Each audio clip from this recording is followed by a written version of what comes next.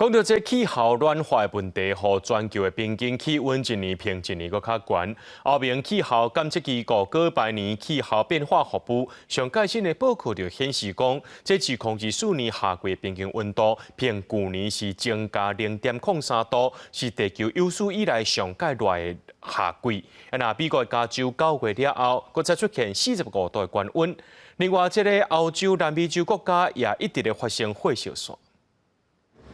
美国加州的死亡谷国家公园的温度计边仔游客翕相纪念，加坡附近嘛有高温警告的标示。受到气候变迁影响，全球暖化是愈来愈严重。欧盟气候监测机构过百年气候变化服务上新的报告显示，全球2024年6月到8月3个月的夏季平均温度达到16.8度，比去年高0.03度，是地球有历史以来上热的夏季。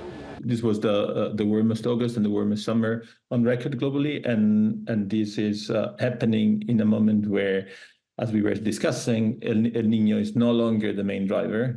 过百年中心纪录上早只有到1919年，淹过美国、英国甲日本的气温监测纪录，为19世纪中期就开始。科学家指出，过去10冬的平均温度是定期1000年以来上热的10冬，更加可能是过去12万年以来上热的10冬。在着气候变迁的影响，极端气候更加明显。美国加州进入9月以后，当地初五出现华氏113度，等于是历史45度的高温纪录。好天气预报员警告，当地周报可能出现达到48度危险程度。